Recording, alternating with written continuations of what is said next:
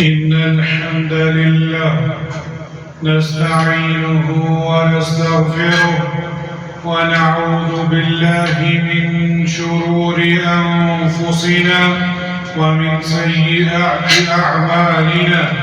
من يهد الله فلا مضل له ومن يضلل فلا هادي له. وأشهد أن لا إله إلا الله وحده لا شريك له وأشهد أن محمدًا عبده ورسوله. يا أيها الذين آمنوا اتقوا الله حق تقاته ولا تموتن إلا وأنتم مسلمون.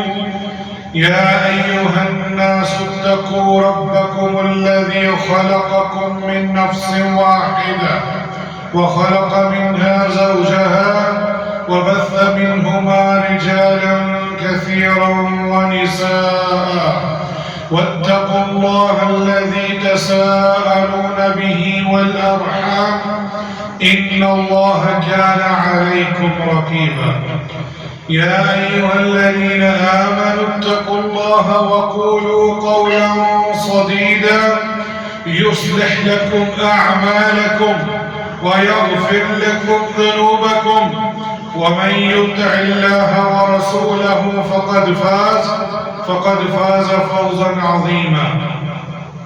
أما بعد إن أصدق الحديث كتاب الله وأحسن الهدي هدي محمد صلى الله عليه وسلم وشر الأمور محدثاتها وكل محدثة بدعة وكل بدعة ضلالة وكل ضلالة في النار. لائق تقریم سامعین مکرم، بزرگان دین، نوجوان ساتھیوں، آج ہفتے کا سید الایام جمعۃ المبارک کا دن ہے اور آج 4 ربیع الاول 1447 ہجری ہے، اور اللہ سبحانہ و تعالیٰ کی توفیق سے ہم نے پچھلے جمعے 5 ایسے اعمال بیان کیے تھے جو لعنت کے موجب ہوئے تھے، اور میں نے یہ بھی بیان کیا تھا کہ یہ 24 ایسے اعمال ہیں جس پر اللہ سبحانہ و تعالیٰ نے لعنت بھیجی ہے، والعیاذ باللہ من ذالک۔ اس میں ہم نے پہلا جو ذکر کیا تھا شرک اور اس کے وسائل، اور نمبر 2 اللہ اور اس کے رسول صلی اللہ علیہ وسلم کو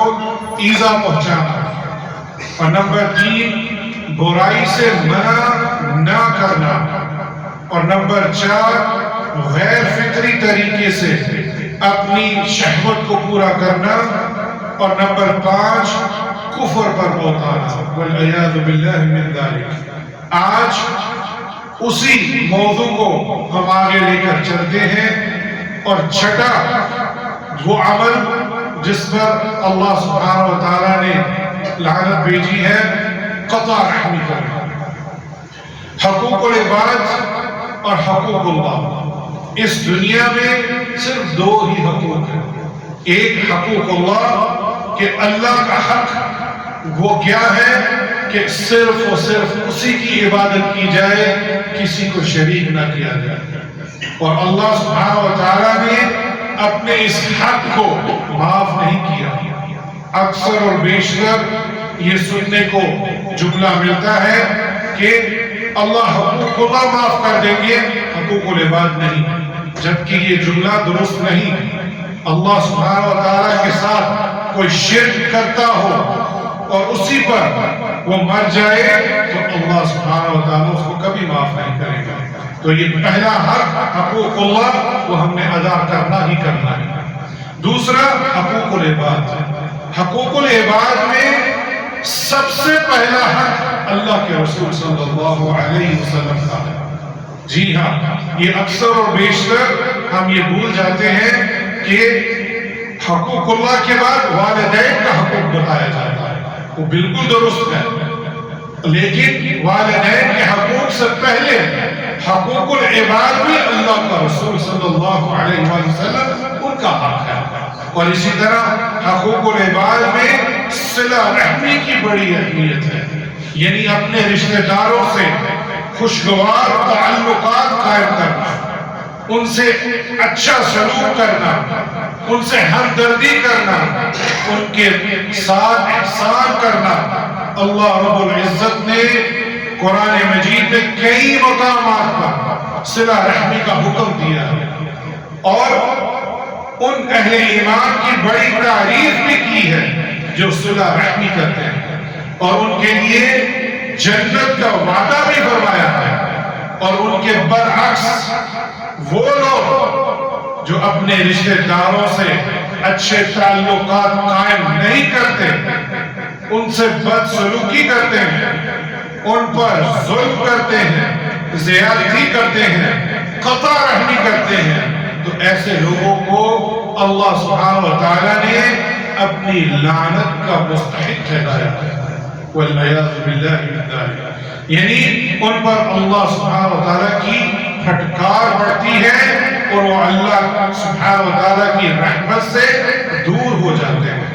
اللہ سبحانہ وتعالی نے اپنے کلام مبارک میں ارشاد فرمایا فَهَلْ عَسَيْتُمْ إِن تَوَلَّيْتُمْ أَن تُفْسِدُوا فِي الْأَرْضِ وَتُقَطِّعُوا أَرْحَامَكُمْ أُولَئِكَ الَّذِينَ لَعَنَهُمُ اللَّهُ فَأَصَمَّاهُمْ وَأَعْمَىٰ أَبْصَارَهُمْ۔ یہ سورہ محمد کی آیت ہے کہ تم نے یہ بھی بعید نہیں اگر تم کو حکومت مل جائے، کوئی عہدہ مل جائے، تو تم زمین میں فساد برپا کرو گے اور رشتے ناطے توڑ ڈالو گے۔ اور یہ وہی لوگ ہیں جن پر اللہ سبحانہ وتعالیٰ کی لعنت ہے، چنانچہ اس نے ان کے کانوں کو بہرا کر دیا اور ان کی آنکھوں کو اندھا کر دیا۔ مفسرین کہتے ہیں کہ اگر کوئی شخص کوئی عہدہ پالے، کوئی رتبہ پالے، کوئی مقام پالے اور اس کے بعد رشتے ناطے توڑے، تو اس پر اللہ سبحانہ وتعالیٰ کی لعنت ہے، اور اللہ سبحانہ وتعالیٰ لعنت کے ساتھ ساتھ اس کے کانوں کو بہرا کر دے، یعنی وہ حق بات نہیں سنے گا، اس تک پہنچے گی نہیں، اور آنکھوں سے اندھا کر دینا اس سے مراد حق بات دیکھنے سے قاصر ہو جائے گا، والعیاذ باللہ من ذلک۔ یہ دیکھ لیجئے قطع رحمی کا نقصان، آپ کو نہ حق سنائی دے گا نہ ہی دکھائی دے گا۔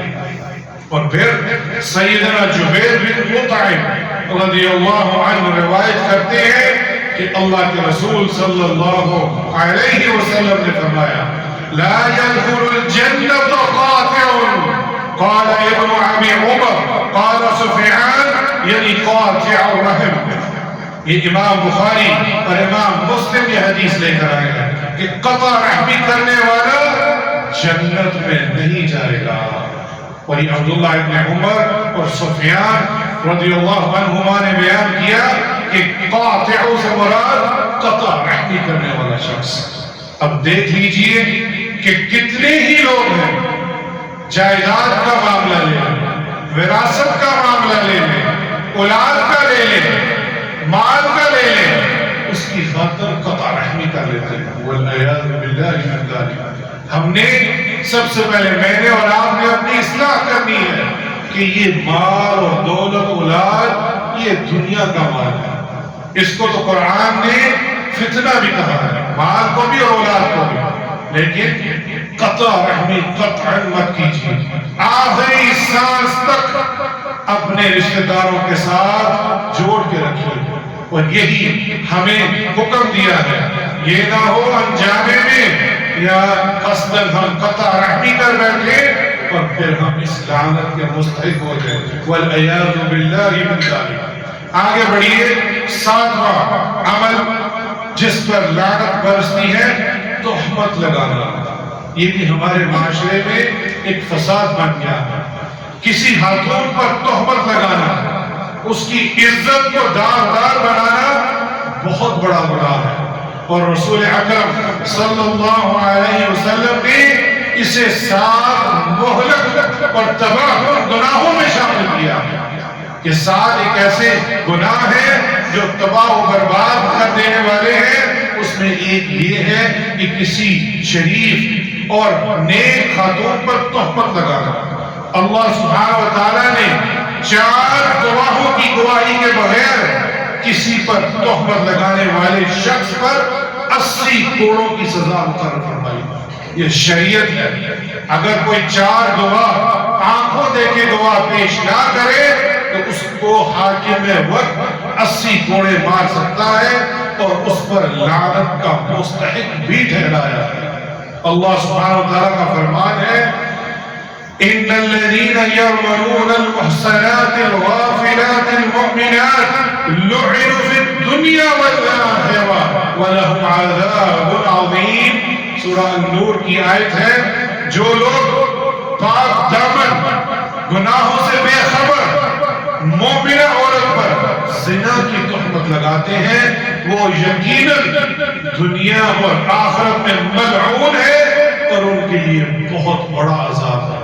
اب دیکھ لیجئے، اور یہاں میں بتاتا چلوں، ہمارے ہی مسجد کے بھائی نے مجھے ایک ویڈیو بھیجی، وہ شیخ عزیز بن فرحان العنفی حافظ اللہ جو میرے استاد ہیں، انہوں نے فرمایا کہ جب کوئی شخص لعنت بھیجتا ہے کسی کے اوپر، وہ لعنت آسمان پر چڑھتی ہے اور آسمان کے دروازے بند ہو جاتے ہیں، اس کو راستہ نہیں ملتا دنیا سماج کو آگے بڑھنے کا، تو وہ لعنت دائیں جاتی ہے اور بائیں بھی جاتی ہے، اس کو راستہ نہیں ملتا، وہ پلٹ کر نیچے آتی ہے، اور جس پر لعنت بھیجی ہو اگر مستحق ہے تو وہ جائے گی، وگرنہ وہ واپس بیچنے والے کے اوپر آ کر گرے گی۔ والعیاذ باللہ، یہ کتنی سخت وعید ہے اس کے اندر کہ ہم اپنی زبانوں کو کنٹرول میں رکھیں، اور واللہ یہ عام ہے ہمارے معاشرے میں لعنت بھیجنا، اور حاکم وقت کو تو فرض سمجھتے ہیں۔ والعیاذ باللہ، کوئی بھی ہو، حاکم وقت ہو، آپ کی بیوی ہو، والدین ہو، بھائی بیوی بچے ہو، قطعاً جائز نہیں کہ ہم اس پر اپنی لعنت بھیجیں۔ اگر وہ مستحق نہیں ہوگا تو پلٹ کر آپ پر ہی آئے گا۔ والعیاذ باللہ من ذالک۔ 8واں عمل، اور میں یہ حدیث پڑھا تو حیران ہوا کہ ایک عمل سے 10 لوگوں پر لعنت ہے۔ کون سا عمل ہے؟ شراب نوشی کرنا۔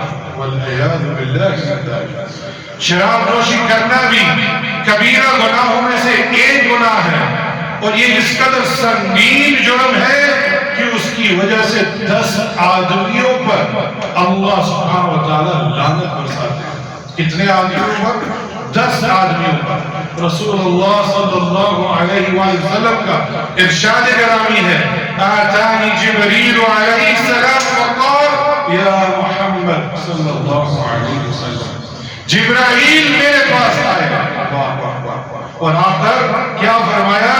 یا محمد ان اللہ لعن الخمر وعاصرها ومعتصرها وشاربها وحاملها ومحمولة إليه وباعيها ومبتعيها وصاعيها ومستقاها في مسند في رواية وآكل ثمانيها أو كما قال صلاة السلام۔ سنن نبی داؤد کے اندر یہ حدیث ہے، اور یہ شیخ ناصر الدین الالبانی نے سلسلہ صحیحہ کے اندر بیان کی ہے، اور اس کا جو آخری 10واں شخص ہے وہ مسند احمد کے اندر موجود ہے کہ اللہ کی لعنت ہے شراب پر، اس کے پینے والے پر، اس کے پلانے والے پر، اس کے بیچنے والے پر، اس کے خریدار پر، اس کو نچوڑنے والے پر، جس کے لیے نچوڑا گیا ہے اس پر، اس کو اٹھانے والے پر، جس کی طرف سے اٹھا کر لیا جائے اس پر بھی، اور مسند احمد کی روایت میں ہے اس شخص کا بھی ذکر ہے جو اس کی قیمت کھانے والے شخص پر بھی لعنت بھیجی ہے۔ یہ ایک عمل ہے، اس کو ام الخبائث بھی کہا ہے۔ سب سے بڑا گناہ ام الخبائث یہ ہے، کیونکہ انسان جو دنیا کی شراب ہے اس میں ہوش و حواس کھو بیٹھتا ہے، وہ نہیں جانتا یہ میری ماں ہے یا بیٹا گیا ہے، اور وہ اس شراب کے دکھ میں سارے کام کر جاتا ہے جو اسے منع ہے۔ اب 10 آدمی اس کے ساتھ منسلک ہو رہے ہیں، اندازہ کیجئے ان 10 کے اوپر اللہ سبحانہ و تعالیٰ نے اپنی لعنت بھیجی ہے۔ پھر جابر رضی اللہ عنہ نے بیان کرتے ہیں کہ اللہ کے رسول صلی اللہ علیہ وسلم نے فرمایا بلا شبہ اللہ تعالیٰ کے ذمہ عہد ہے کہ نشہ آور اشیاء نوش کرنے والے کو طینۃ الخبائل ملائے، کہ جہنم کے اندر جو نشہ آور چیزوں کا پیتا ہے یا اس کا خرید و فروخت کرتا ہے طینۃ الخبائل اسے پلائیں گے۔ تو صحابہ کرام نے عرض کیا اے رسول اللہ صلی اللہ علیہ وسلم طینۃ الخبائل کیا ہے، ہمیں اس کے بارے میں بتائیے۔ تو رسول کریم صلی اللہ علیہ وسلم نے فرمایا عرق اہل النار، جہنمیوں کا پسینہ، جہنمیوں کی پیپ، اور ایک اور روایت ہے ان کا خون ان کو پلایا جائے۔ یہ صحیح مسلم کی روایت ہے۔ یہ سزا ہے اس شخص کے اوپر جو شراب نوشی کرتا ہے، اور اس شراب نوشی کرنے والے کے اوپر لعنت بھی، اور 10 آدمی بھی اس میں شامل ہیں، اور جہنم کے اندر ان کے ساتھ کیا سلوک ہوگا وہ بھی بیان کیا ہے۔ اور ہمارے معاشرے میں بہت سارے ایسے طبقے ہیں جو اس کو عام سمجھتے ہیں، والعیاذ باللہ من ذالک۔ یہ ہمیں اپنی اصلاح کرنی ہے اور ہمیں معاشرے کے اندر بتانا ہے کہ یہ حرام ہے اور اس پر کبیرہ گناہ اللہ نے کیا ہے اور لعنت بھی برسائی ہے۔ اسی طرح ایک اور ایسا عمل جو ہمارے معاشرے میں عام ہے اور بڑے دکھ کے ساتھ کہنا پڑتا ہے، اس کے بغیر کام ہی نہیں ہوتا، ناوا عمل رشوت دینا اور لینا، والعیاذ باللہ من ذالک۔ رشوت دینا اور لینا بھی کبیرہ گناہوں میں شامل ہے، جس کے ذریعے سے اس کا حق مارا جاتا ہے، ظلم و زیادتی کا ارتکاب کیا جاتا ہے، اور جو آدمی اس کا ارتکاب کرتا ہے اس پر اللہ سبحانہ و تعالیٰ کی لعنت پڑتی ہے اور وہ اس کی لعنت کا مستحق ہوتا ہے۔ حضرت ابو ہریرہ رضی اللہ عنہ بیان کرتے ہیں کہ اللہ کے رسول صلی اللہ علیہ وسلم نے فرمایا لعن اللہ الراشی والمرتشی فی الحکم، او کما قال صلی اللہ علیہ وسلم، اللہ کی لعنت ہے، کس کی؟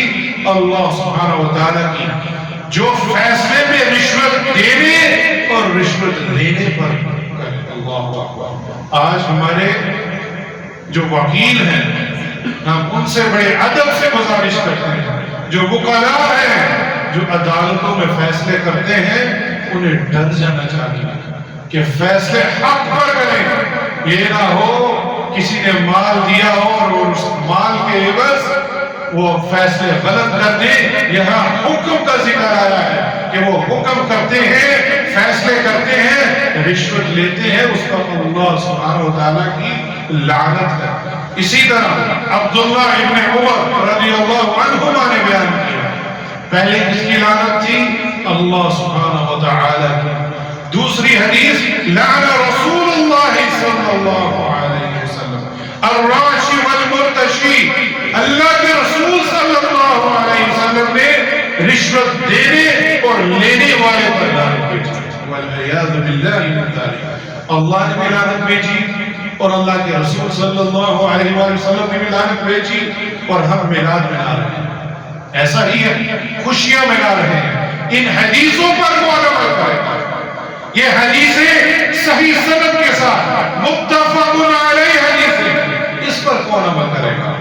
ہمارے معاشرے میں ہر کوئی شخص جس جگہ بیٹھا ہے وہ رشوت کے بغیر کام ہی نہیں کرتا، اس کو اس کام کرنے کی تنخواہ مل رہی ہے، اس کے باوجود وہ رشوت لیتا ہے، اس کو ڈر جانا چاہیے، جان لینا چاہیے۔ اللہ کی بھی لعنت ہے اور اللہ کے رسول جو کہ رحمت العالمین ہے، رحمت بنا کر بھیجے گئے، لیکن جب شریعت اس کا حکم آ جائے پھر وہاں کوئی کمی بیشی نہیں۔ اور اللہ کے رسول نے بھی ایسے شخص پر لعنت بھیجی ہے جو رشوت لیتا ہے اور دیتا ہے۔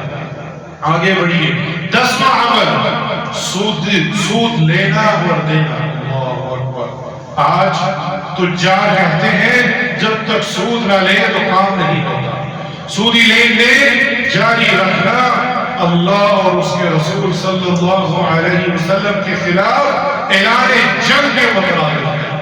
اور جو شخص سود کھاتا ہے اور جو کھلاتا ہے، دونوں پر اللہ کے رسول صلی اللہ علیہ وسلم نے لعنت بھیجی ہے۔ بلکہ جو شخص سودی لین دین کا معاملہ لکھتا ہے اور جو اس کا گواہ بنتا ہے، وہ بھی ملعون ہے، اور یہ سب گناہ میں برابر کی شریک ہے۔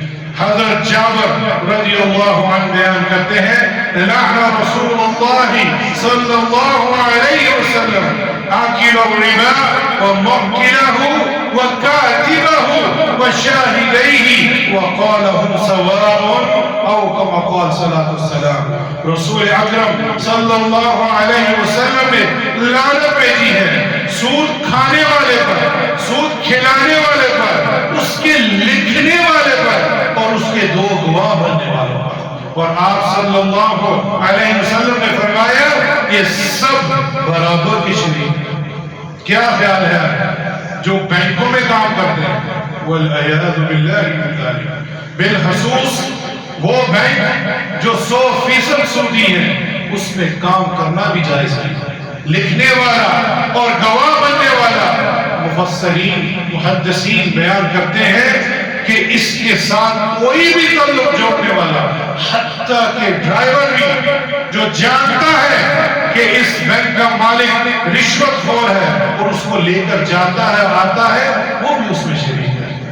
اندازہ کر لیجئے کہ کتنا سنگین گناہ ہے کہ اس کا تعاون کرنا۔ اللہ نے کہا تھا وَتَعَاوَنُوا عَلَى الْبِرِّ وَالتَّقْوَىٰ، تعاون کرو ایک دوسرے کے ساتھ بر کے نیک کاموں میں اور احسن کاموں میں، وَلَا تَعَاوَنُوا عَلَى الْإِثْمِ وَالْعُدْوَانِ، اور تعاون نہیں کرو گناہ کے کاموں میں۔ اور ہم اپوزٹ ہیں، ہم ایک دوسرے کے گناہوں کے ساتھ اپنے آپ کو شریک کر رہے ہیں۔ والعیاذ باللہ من ذالک۔ 11واں عمل چوری کرنا۔ اللہ اکبر۔ سنیے یہ حدیث، جب یہ میں نے حدیث پڑھی مجھے بھی تعجب ہوا۔ حضرت ابو ہریرہ رضی اللہ عنہ بیان کرتے ہیں کہ اللہ کے رسول صلی اللہ علیہ وسلم نے فرمایا، لعن اللہ السارق يسرق البيضاء فتقطع يديه۔ اللہ اکبر۔ اس پر اللہ کی لعنت ہے، وہ چور جو ایک انڈا چرائے۔ کیا چیز چرائے؟ ایک انڈا چرائے اور اس کے ہاتھ کو کاٹ دیا۔ وَيَسْرِقُ الْحَبْلَ فَتُقَطَّعُ يَدَهُ، اور وہ چور جو ایک رسی چرائے، حبل رسی چراتا ہے، اس کے بھی ہاتھ کاٹ دیے جائیں۔ یہ متفق علیہ حدیث ہے۔ اب اندازہ کر لیجئے کہ ہمارے معاشرے میں کس معاملے تک، کس حد تک چوری ہو رہی ہے، ہمیں اس کا اندازہ بھی نہیں۔ ایک انڈا چرانا اور ایک رسی چرانا یہ چھوٹا سا عمل ہے، اس پر اللہ کی لعنت اور اس کے ہاتھ کاٹنے کا حکم ہے جو حاکم وقت ہو۔ اللہ سبحانہ و تعالی جو اعمال بیان کیے ہیں، یہ اس کا مقصد صرف یہ ہے ہم اپنی اصلاح کریں۔ سب سے پہلے میں اور سننے والے آپ ان اعمال کی اصلاح کیجئے، توبہ کیجئے، استغفار کیجئے، توبہ نصوحہ کیجئے، اپنے رب کے ہاں معافی مانگیے کہ یا اللہ ہم معافی مانگتے ہیں، ایسے گناہوں سے ہمیں معاف فرما۔ اقول ما تسمعون استغفر الله لي ولكم من كل ذنب فاستغفروه انه هو الغفور الرحيم۔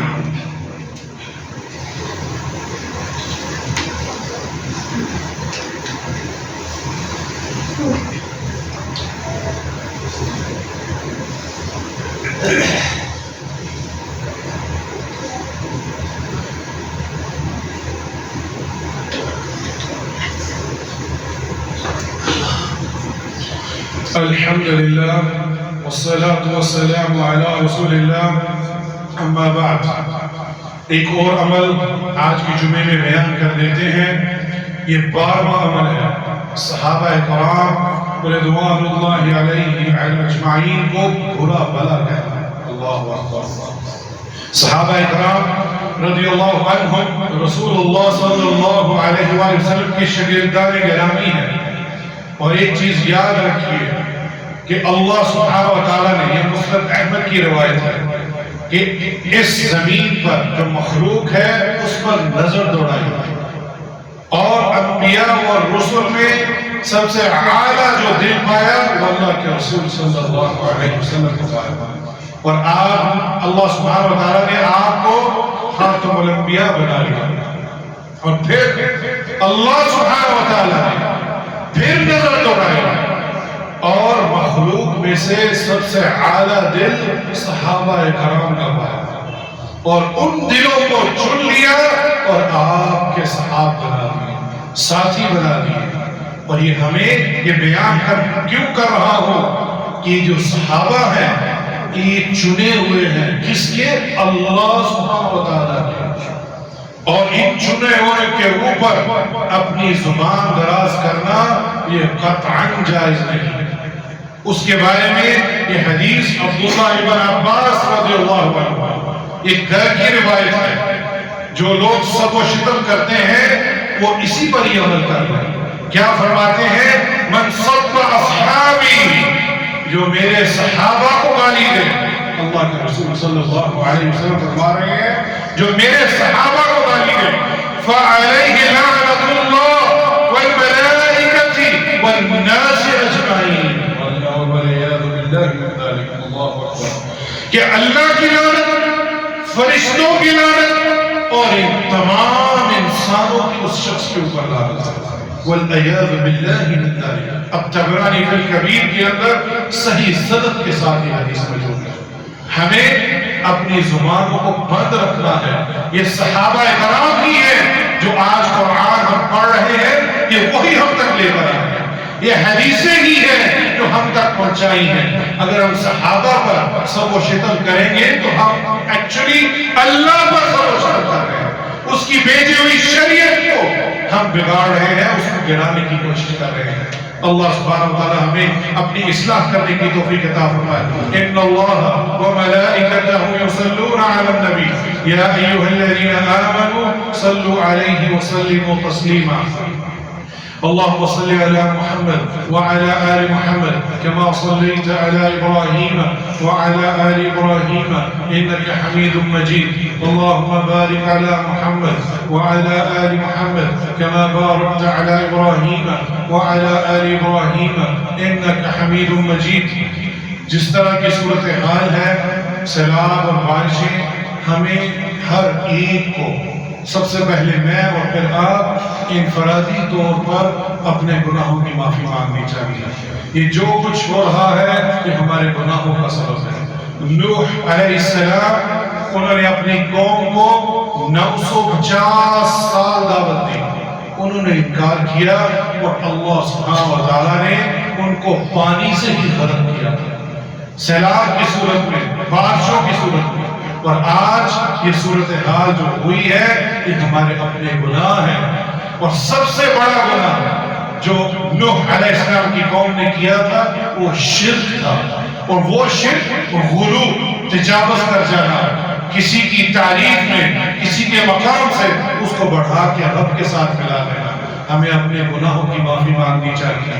جن کے گھر سیلاب میں بہہ گئے ہیں، یا اللہ ان کو اس کا نعم البدل عطا فرما، یا اللہ ان بھائیوں کو، ان خاندانوں کو اس دنیا میں بھی اور آخرت میں بھی اعلیٰ کا عطا فرما، یا اللہ جو اس سیلاب میں اس بہہ گئے ہیں، یا اللہ ان کی شہادت کو قبول فرما، یا اللہ ان بہہ جانے والوں کو شہادت کی موت عطا فرما، اور جو بچ گئے ہیں یا اللہ ہمیں ان کی مدد کرنے کی توفیق عطا فرما، یا اللہ مالی طور پر یا جسمانی طور پر ہم ان کی مدد کریں، یا اللہ ہمیں توفیق عطا فرما، یا اللہ یہ بارشیں ہم پر نہ برسا، یہ ہم سے دور لے جا، یا اللہ یہ جو سیلاب ہے یہ ہم سے بغیر کسی جانی اور مالی نقصان سے اس کو ہم سے بچا دے. جو بیمار ہیں یا اللہ ان کو شفاء کاملہ اور عاجلہ عطا فرما.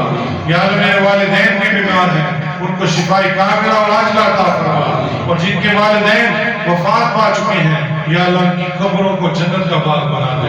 اللہم اغفر للمؤمنین والمؤمنات والمسلمین والمسلمات الاحیاء منهم والاموات. ربنا آتنا في الدنيا حسنة وفي الآخرة حسنة وقنا عذاب النار.